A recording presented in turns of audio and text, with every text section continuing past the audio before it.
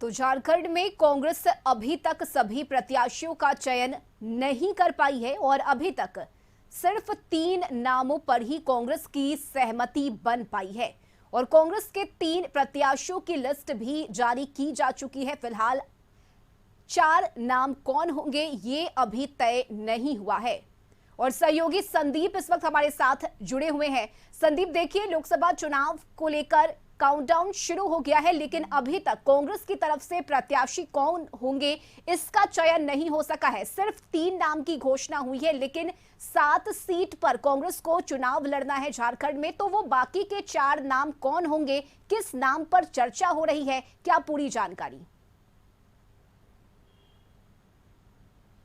लोकसभा चुनाव को देखा जाए तो कांग्रेस ने अपने 3 प्रत्याशियों की घोषणा सबसे पहले की है गठबंधन की तरफ से, जिसमें सुखदेव भगत लोहरदगा से प्रत्याशी बनाए गए हैं। हजारीबाग से जेपी पटेल, जो बीजेपी छोड़कर कांग्रेस का दामन थामे थे, उनको टिकट दिया गया है। वहीं तीसरा सीट खूंटी का है, कालीचरण मुंडा को इस बार प्रत्याशी फिर से बनाया गया है कांग्रेस की तरफ से। वहीं यदि बात करें गठबंधन की तो जेएमएम ने भी अपने 2 प्रत्याशी मथुरा महतो को और दुमका से नलिन सोरेन को अपना प्रत्याशी बनाया है। हालांकि गठबंधन के घटक दल के भाकपा माले ने भी विनोद सिंह को कोडरमा से अपना प्रत्याशी बनाया है। हालांकि यदि देखा जाए तो 14 लोकसभा सीट में गठबंधन के जो पूरे प्रत्याशियों की सूची अब तक जारी नहीं हुई है, जिस पर कहीं ना कहीं महागठबंधन का एक ही कहना है कि हम देर से आएंगे पर दुरुस्त आएंगे। हालांकि इससे पहले बीजेपी ने अपने 13 प्रत्याशियों की घोषणा सबसे पहले की थी। वहीं उसके जो घटक दल है आजसू, उनको गिरिडीह से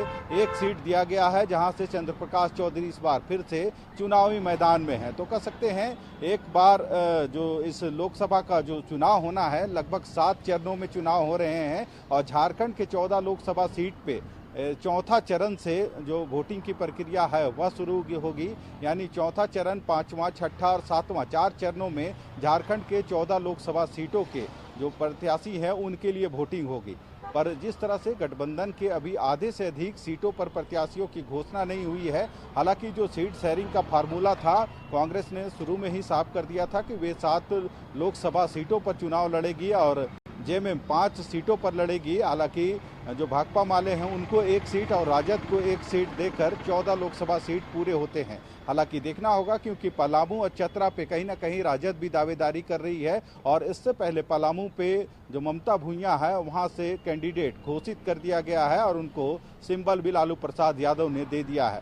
तो बचा पलामू सीट, चतरा सीट, और चतरा में कौन चुनाव लड़ेगा, राजद या कांग्रेस, या अभी तय नहीं हुआ है। हालांकि कांग्रेस का यह दावा है कि वे 7 सीटों पर चुनाव लड़ेगी और जेएमएम 5 सीटों पर। तो ऐसे में भाकपा माले को 1 सीट देने की बात हो रही है और राजद को 1। पर राजद जिस तरह से शुरू से ही 2 सीटों पर चुनाव लड़ने की जो ऐलान है वह किया है, उसके बाद अब देखना होगा कि जो चतरा का सीट है वह कौन कंप्रोमाइज करेगा, या तो राजद या फिर कांग्रेस।